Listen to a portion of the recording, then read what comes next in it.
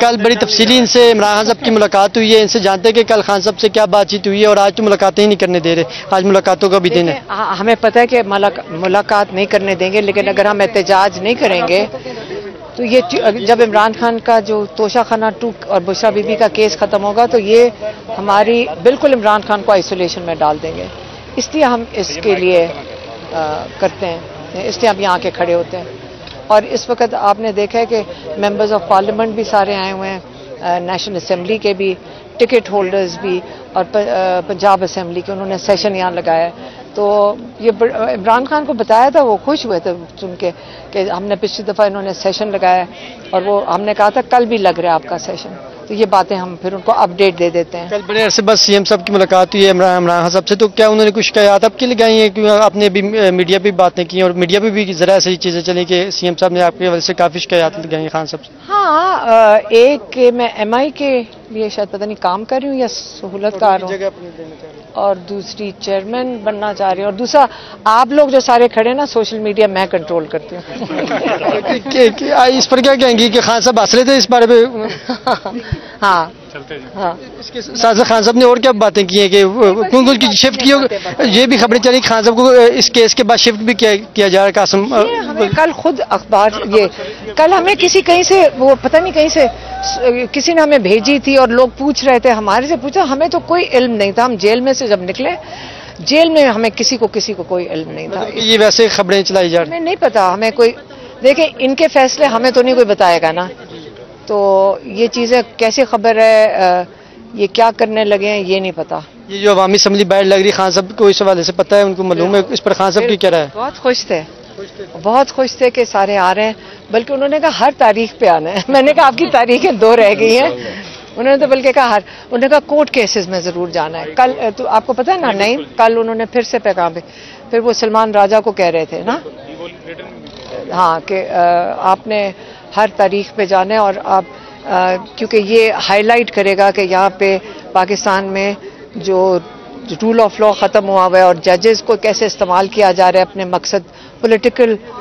Victimization کے لیے۔ وہ چاہتے ہیں کہ کورٹس میں جائیں تاکہ یہ آپ ہائی لائٹ کریں کہ پاکستان میں کیا نظام چل رہا ہے۔ آپ دیکھیں انٹرنیشنل میڈیا پہنچنا شروع ہو گئی ہے یہاں پہ، ہاں وہ کور کر رہے ہیں، کیونکہ اس سے کر رہے ہیں کیونکہ بات بہت بڑھ گئی ہے، اور کسی کو سمجھ نہیں آ رہی کہ عمران خان جیل میں کس لیے آپ نے رکھا ہوا ہے۔ یہ بتائیں کہ کیسا رہا ہم دیتے رہتے ہیں، ہم یا آپ کو دیتی ہوں یا انٹرنیشنل میڈیا کو دیتی ہوں۔ آپ کو تو میں منع کر دوں گی کہ میں نے نہیں جواب دینا ہوگا، آپ کو بتا دوں گی۔ اب انٹرنیشنل میڈیا والے تو آتے ہیں، میں دیتی انٹرنیشنل پہ ہوں، کیونکہ آپ لوگ وہ چھوٹی چیزوں میں پڑ جاتے ہیں، پارٹی کے معاملے سارے آئے ہوئے ہیں، میں نے جن سے پوچھو،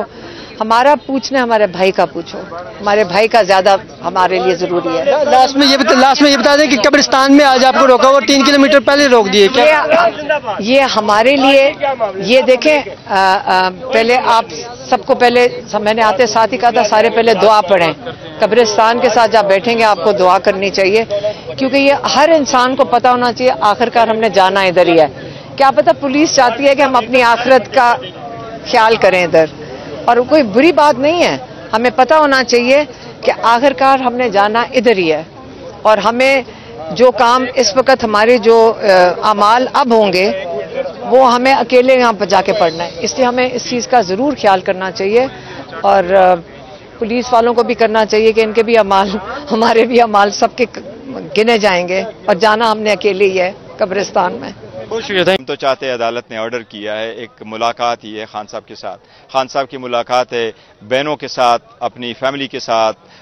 بشرا بی بی کی فیملی کے ساتھ ان کی ملاقات ہے، اور وکیلوں کی اور لیڈرشپ کی، اور یہ آرڈر ہوئے تھے بیک ان اکتوبر 2023، ابھی تک وہ امپلیمنٹ نہیں ہو سکے۔ پھر مارچ 2025 میں 3 ممبر بینچ نے آرڈر پاس کیا، وہ بائی کنسنٹ آرڈر تھا، اور یہ کہا گیا کہ ٹیوزڈے والے دن وکلاء اور خاندان کی ملاقات کرایا کریں گے، اور تھرسڈے والے دن فیملی کی اور لیڈرشپ کی ملاقات کرائیں گے، لیکن وہ ابھی تک ہوا نہیں ہے، بڑا انفارچونیٹلی۔ میں تو یہی ریکویسٹ کروں گا کہ انف از انف، 3 سال ہو گئے، زیادتیاں جو کہ نا تلخی جتنا بڑھاؤ تو بڑھ جاتی ہے، لیکن جب بندہ ایک پہ سٹیپ پیچھے چلا جاتا ہے تو تلخی ختم ہو جاتی ہے، ملاقاتیں ہوگی تو تلخیاں ختم ہو جائے گی، ملاقاتیں ہو جائے۔ دیکھو نا آج کتنے لوگ آئے ہوئے ہیں، کیوں آئے؟ کسی کا شوق تو نہیں ہے نا کہ یہاں آئے،